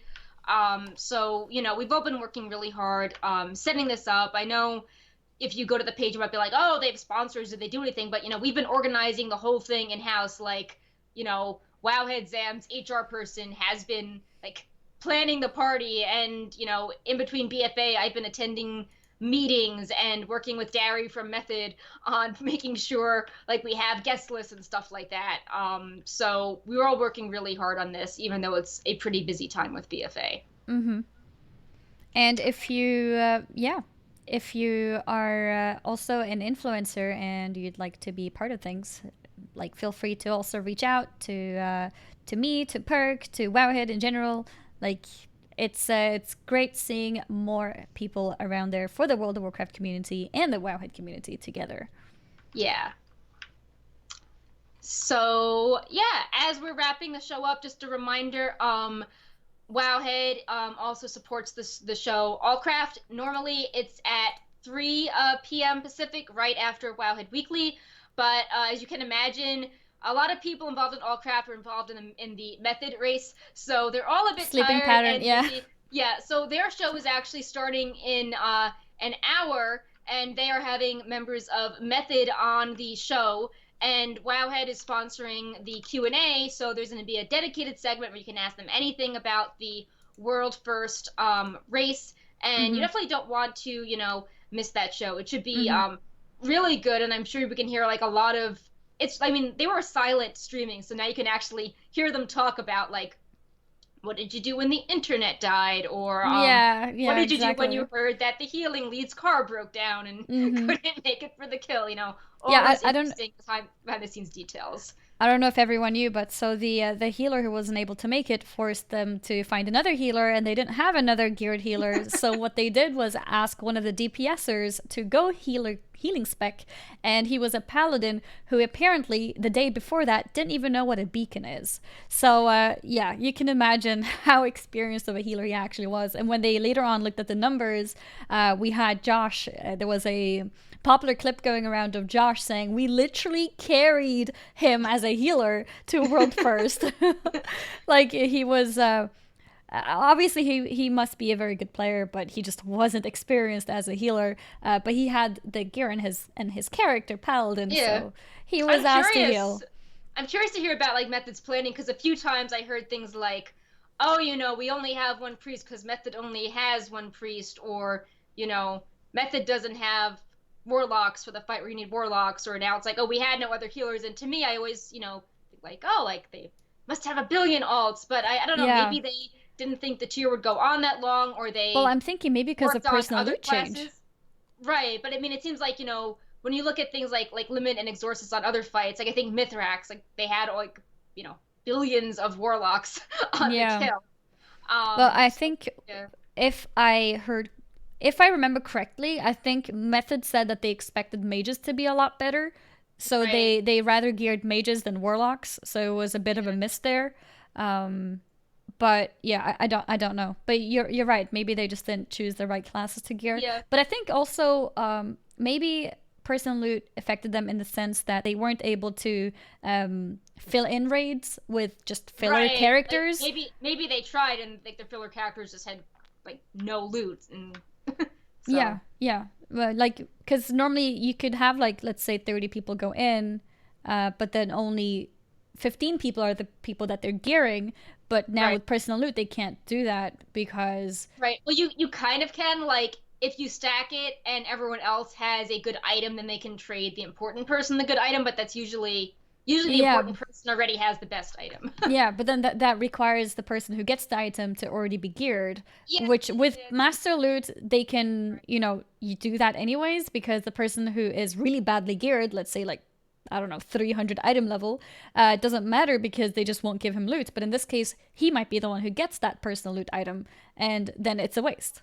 But now you have to do like next level math where it's like, let's gear the crappy person in like 385, like, you know, BOEs or something crazy, and I don't know, have people in high items but trash loot to funnel. That's a good point. My head's breaking. It's like, oh, like bring in all the characters in their 370 Warfront Mythic 10 gear that are just alt, so they can trigger the good loot for the main raider. I don't know. That's just so crazy. Yeah, Mythic Plus is a good point. Mythic Plus could definitely be used as a way of split running in a way, because those can be traded. And then you can boost the item level of alts if they do their 370 Warfront. They get their 370 boss loot. Maybe they get Sanguicells for some 370 or 385 gear. Maybe if they're targeting a specific item, they can bring in filler people because they know that person has that slot, so they could come in and trade that. Right. That's another point we were talking before earlier in the show, how it seems there are all these weird inconsistencies and quirks with the world first race that were finally put on display. And that's another thing, like, everyone was really hyped to see Ghuun at low percentages and wipes, but such an important part of this race is like, oh, do we do the split run, or did the alt with the better gear get the item to trade to the person with the worst gear? And it's just like, can we just remove all this from the equation? That would be so nice. Yeah. I'm really curious. Don't know, they just like go in with, I don't know, pre-made, so it's like, you know, sky's the limit, don't farm gear, swap classes. I don't know. It just seems so weird how there's all this stuff that isn't related to rating that has to go into rating, getting the right gear, while the viewers care about the skill. The viewers don't want to watch the Mythic Plus. Like, that was not high viewership. The viewers want to see, like, wipes Yeah, on I mean, Ghuun. they want to see progression, right? Like Yeah. every attempt is a chance at I was here for the kill. Whereas when they're in the Mythic Plus, it's like, okay, well, they're not going to kill it now because they're not fighting it. So I'll go make food. I'll go to the bathroom. I'll go do Right. my And they're groceries. not and they're not like, MDI streamers like, J.B where they're pushing records. It's just like, okay, we just want to get our 10 done so we get our loot, and Get some it's very gear. yeah, Yeah, gotta yeah, do our front now, and it's like yeah. got after Sanguicels, so it will be interesting if Blizzard made changes, or if Method does this again. Maybe in like the, I don't know, the third party set that track it, they almost have their own UI being like, time from starting to time of kill, or weighting it But it's by so number. complicated. I Like know. it kills the hype I so much. I Like know. let's say NA kills it, but then it's like, yeah, but actually, EU still has a 10-hour, window of being able to claim the world first. It's like it's just weird. That's like the MDI, but on a larger scale. Like, it is kind of hype when you figure in the battle res, and it's like, oh, this team got it first, but like the other team has a 20-second buffer because they didn't die as much. Will they get it? Like, but I guess that Yeah. it loses the hype when it's like a 10-hour buffer, not Yeah, exactly. So I think it's unfair. Like for example, like let's say NA gets a world first, let's say they peak like 200,000 viewers, and then EU gets it 10 hours later, they'll never reach 200,000 viewers because the hype is right. already dead now. Like even if they are technically the real world first winners, it's like it's not as Yeah, exciting. Like people just want to see the first kill. Like people are not going to be right. like, "Oh, actually, I'm going to wait Yeah, for the real world first kill." I know. So Yeah. I think Blizzard really has to put the reset days together if this will continue to become a real thing. Yeah, I mean, even like, I think the hype will continue to grow. I detailed this in my article because of things like more people care about the siege of Zuldazar and Yeah. Yeah, Jaina the and raid is a stuff, lot more interesting. right? But like, even if it maybe wouldn't grow, I mean, I think it will grow, but even if it broke even, like, this is a very good number, and there wasn't any marketing costs or logistic work done on Blizzard's end, so this is all like very nice hype for them. And I think that it would be interesting if they could do some things to encourage more people to stream, Mm-hmm. make it more of an even playing field. Mm-hmm. Maybe not directly be like, okay, we will, I don't know, sponsor Method and only Method streaming, but it would be interesting if they could Yeah. do stuff to acknowledge that this is a thing that's cool, and is probably not going to go away. So Maybe if they could, or I don't know if this would cost too much money, but considering the viewership that they got in this race, if they would invite all raiders to raid like at an arena like all of together, them at the Red Bull studio. I mean, for so like example, yeah. I think that would be cool. I mean, like, of course, like the joke is that like, oh, like Red Bull Internet GG day one. Well, I mean, they could But use yeah, something a bit more reliable, maybe like yeah, Blizzard's own or something. I don't know. But right, if they could have a place where they organize it so at least two guilds are there present, then that might be a bit unfair, like which guilds are going to be there. But maybe base it on who got the Ghuns, like who got the top two in the previous tier gets a spot, right, for example. So in this case, the yeah, next one, Limit and Method would get a spot. In the next one, yeah. if Fly them to Burbank in for advance, so example, yeah, EU doesn't have like the yeah. jet lagged disadvantage, and Burbank can have like Overwatch League teams. They should be able to have WoW teams there. Yeah, exactly. Like if they organize it so two top ones go there and compete, and everyone else competes from home, and with the with the kind of prize, because I don't think people expect too much in prizes anyways from Blizzard officially. I think Right. people just want these things to be organized. So if they organize it like that, no prize money per se, but the top two teams will be invited the next year, and keep on Even just going like that. streaming, like, I didn't put this in Oh my yeah, article, and but have an if you look official at those stream, of sites, course. like Yeah. SCO got like, I don't know, 15,000 subs or something, like Yeah. Yeah. huge, just streaming. So it's like, Hmm. well, that's your guild streaming, getting subs. That's a kind of a reward in itself. Exactly. So But that's the thing. Like when yeah, when people say like, "Oh, we don't want exposure from Blizzard." I mean, we don't want prize money from Blizzard.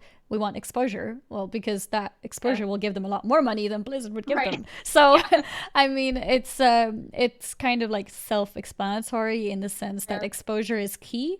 So if they get that kind of exposure, then they will make a lot of money. And it gives incentive for people, because maybe there's a new guild out who's like, you know what, let's make it to the next raid tier, let's work hard this time, it's like an upset. let's get it's top like, 2. oh, like Yeah, this guy, you know, this guild is beating out like the official Blizzard stream, you know, power exactly. Yeah, like if you have a guild which is normally top 5 but doesn't push for, you know, the top 2, then in this case, when the world first is taken, you still have a reason to still push for world second, because you know that world second will be featured at the next, you know, event. If they do something like that, I think that could definitely push the raiding scene to be a lot more up there and give more guilds a chance to also shine, because I think it's healthy for Blizzard to have more guilds. It's not healthy to only support one guild. So I think that's a good way to do it. Yeah, and I think Method showed it can really pay off in spite of the downsides of like internet or the stream making fun of you if you wipe. Yeah. You know, like it is stressful to just have like your face there reacting to really stressful content, but I think they showed that, you know, like publicity wise in, you know, subscribers, it's a pretty big win. And I'm sure you don't have to use camera either. I mean, you can just Right. it's probably less successful, but like your whole guild doesn't have to show camera. You can just show the gameplay. Right. Which I think would be enough. And as a, like, because I think Blizzard can expect people, if a guild does make it there, to be what's the word, to be eligible, the whole team should stream, but you don't have to show camera. I think that's a good like deal. Yeah. But yeah, this whole ramble was because the actual people in Method are going to be on Allcraft in like 50 minutes. And I'm sure they have a lot to say on the race and Blizzard promotion as well. Probably a lot more than us, because, you know, they were the ones getting the world first kill, not me. But yeah, definitely tune in. And there is a very obvious tweet on Wowhead where you should leave your questions for the members of Method, and they will hopefully answer it during the show. I see here comments saying many Method streamers were streaming gameplay without camera. Yeah, like I'm not surprised, because I can understand some people are just not used to streaming. Like we have people like Sko who's been streaming for years. Obviously, he's very experienced, and he doesn't. I mean, he's happy if people clip his face, whereas someone else would be a lot more self-conscious about it, and that's okay. Like if you rather don't want to be shown on camera, just don't show it. But you know, be there with your guild. You know, get the exposure, get sponsorships, get, you know, a chance to make it in a more mainstream way, right? Make it less hidden cave activity and make it more like out there. I think that kind of success would be great for everyone. Yeah. So yeah, I think we're about wrapped up, and you know, just a few usual reminders, and you know, thanks so much everyone for tuning in. We've had a really busy week, and we've seen a ton of support on our news articles. Like looking at the traffic, we're getting like BlizzCon level amounts of traffic to our news every day this crazy. week. That's awesome. We're seeing like concurrent users up there with BFA launch week, everyone wanting to tune into the race and the 8.1 stuff. So you know, thanks for keeping the hype going on Wowhead, and you know, we keep scrambling to pump out the news and the analysis articles and the guides as, you know, fast as we can. Yeah, they've been very well received. You guys have done really well. Thank you. Yeah, thank you to everyone for supporting, whether it's by being here in the chat, typing emotes, I see you guys, or following the channel, subscribing to the channel, Wowhead Premium on the Wowhead website. Those of you guys who are watching us on the front page of Wowhead, hello to you guys too. And yeah, quick reminder on the store again here with the pins, just to show you guys what is available over there. There's also other things that are available, like t-shirts, if you're interested in those, like Mount Collector, Pet Collector, and one with Sylvanas and Anduin. Yeah, that's my favorite one. It's a fun one. I see you, Annie's gun. Yeah, all of this support is great for Wowhead. It makes it possible for Wowhead to continue what Wowhead does. And in the case of subscriptions, you like 100% just support financially. Whereas if you actually buy these items like shirts, even mugs, cups, or pins, you also get something which is cool. You get something physical to, show off. Yeah, you can like if you stream yourself, or you're going to BlizzCon, or you're just like, I don't know, going to like a different convention, like, I don't know, TwitchCon, or just hanging out, meeting your guildmates. Put a little Wowhead pin on your hoodie or bag, and have a little Pepe Wowhead. Get some bling bling. Yeah. Pepe is here. So before the stream, we saw some people in the chat. They were like, guys, have you noticed Perk hasn't shown Pepe for a while? And then we went on and did a hashtag save Pepe. It worked. Thank you, guys. We saved him. I bought this Pepe last week because my 2 plain Pepes are the oldest ones, and they're looking a little worn out. I love them. They go on adventures. But like, even when you wash them, they don't look as crisp and soft. Yeah. So I got a new plain Pepe. It's funny hearing that, like, washing Pepes, like, I know. That's so cute. Then you know that Perk is like really into her Pepes. Like, she takes them on adventure everywhere. So much that they need a washing. And I mean, you saw, if you tuned in, Brightpaw was like clutching Pepe, and cats embracing Pepe that can wear them down as well. Yeah, that's true.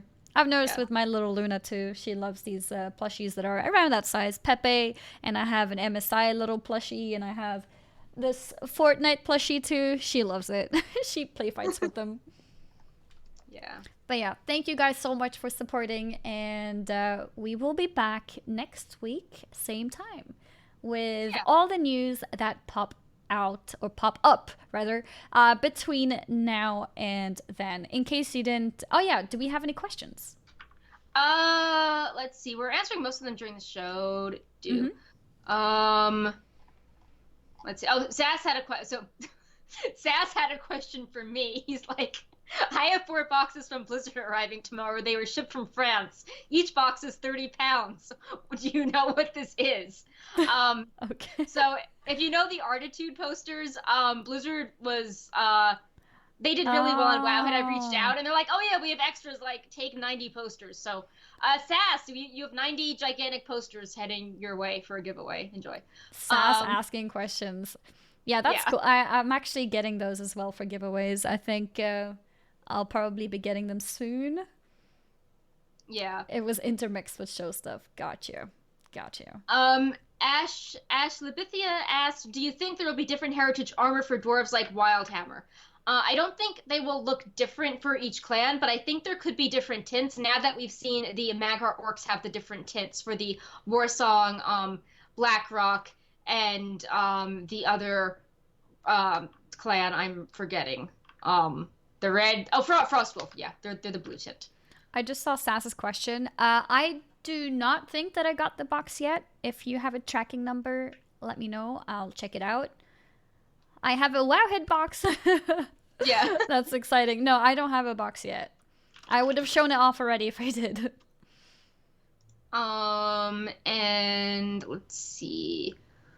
Aegis has a good question. We don't know it yet. Hopefully when the PTR is up, they're asking if you race change a character to a dwarf or blood elf at max level, can you then unlock the quest line? I think that would be okay. I think the only requirement is that you need to be exalted with that city, which is like very easy. But they said they didn't want it to be super involved, but we don't know for sure.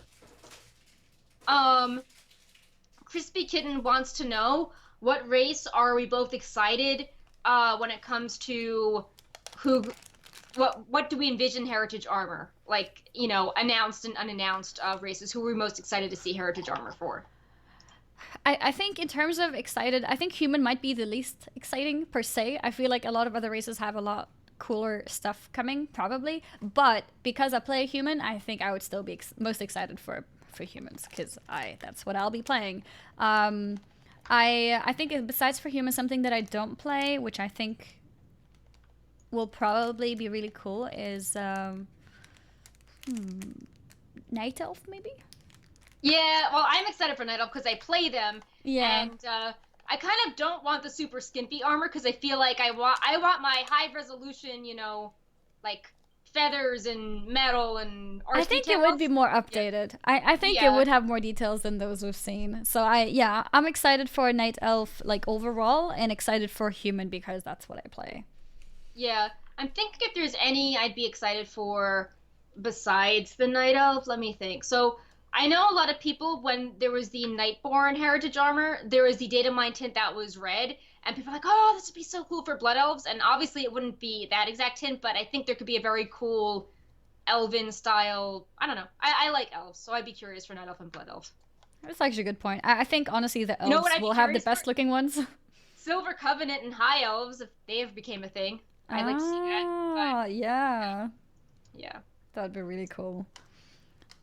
I wanted to quickly show something for the people who are following me on Twitter. You may have noticed already that we had this giveaway of a Sylvanas shirt and an Anduin one right here, there, and these bracelets, one for Horde, one for Alliance, and these pins. And I'm actually drawing the winners tonight. So. Oh, nice. Yeah, hell, I put that on Wowhead's Twitter. I hope that sent some people your way. Oh, thank you.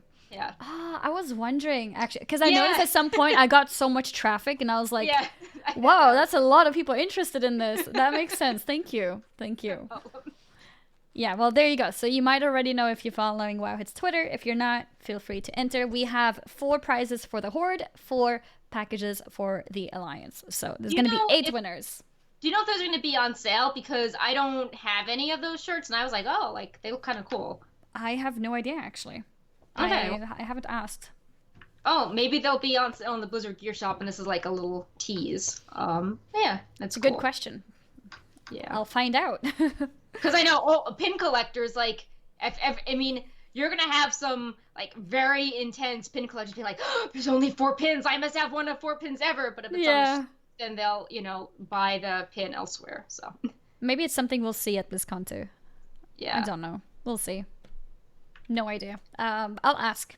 What were the pins again? Well, there's it's kind of a simple Alliance and Horde pin, and then there's a bracelet, which is for 1 each as well. Maybe I should go. Oops. Sorry guys for playing that. Here. So we have the Alliance bracelet and the Horde bracelet. Those pins already exist. All right, so they're not unique then. Yeah. Also, Sass, if you're paying attention, Method just messaged me, so I'm messaging you about handling giveaway stuff, because Wowhead was also in the Method giveaway for the World First thing, and they had some prize questions, and I don't want to keep them waiting, because I'm sure they're all, like, half dead right now. Yeah. They just want to go to sleep. Poor souls. Sudden intro. Yeah, as soon as I switched scene, the intro played again. I apologize. I need to make it so it doesn't replay. But yeah. So there's that. Also to keep in mind for after the show if you're interested. And unless there's more questions, I guess that's the wrap up of the show. Yep. No questions then. Yeah, I think we're good. Yeah. All right. Well, thank you again, guys, for everything, for all the support and everything. Perk and I really appreciate it. And everyone at Wowhead really appreciates it. Sass included. Right, Sass? Yeah. Thank you guys so much for all your support. And we will see you guys again next week. Same time. So Thursday, 2 p.m. Pacific. 1 p.m. Pacific? Yeah, 1 p.m. Pacific. I don't know why I can never get that around on my head. Okay. 1 p.m. Pacific and 10 p.m. Central European time. And yeah, 1 p.m. Pacific. There you go. Yeah, we'll see you guys next week. And let's do a high five before we go. Okay, Luna's not asleep, right? No, I don't think so. I think she's roaming around, so we're good. Okay. All right. Okay. 3, 2, 1. There, it had a little bit of sound effect. Yeah. We have a Pepe being like, oh, next time when you do the sound effect, I should turn Pepe's head. Yeah, like he's aware, like he heard it. Yeah. That's a real high five. Yeah. Good job, Pepe. Oh my god. I love how cringe we are. It's awesome. Yeah. All right. Well, I'll see you guys next week, or we will see you guys next week. Take care until then. Enjoy World of Warcraft. Enjoy Allcraft, which will be starting in about half an hour. We'll be hosting it, so if you're unsure where it is, don't worry. You can just stay here, and we will redirect you to the right place. And and follow our Twitters for all the news and all the everything. Bye-bye, guys. See you next week. See ya. Bye-bye.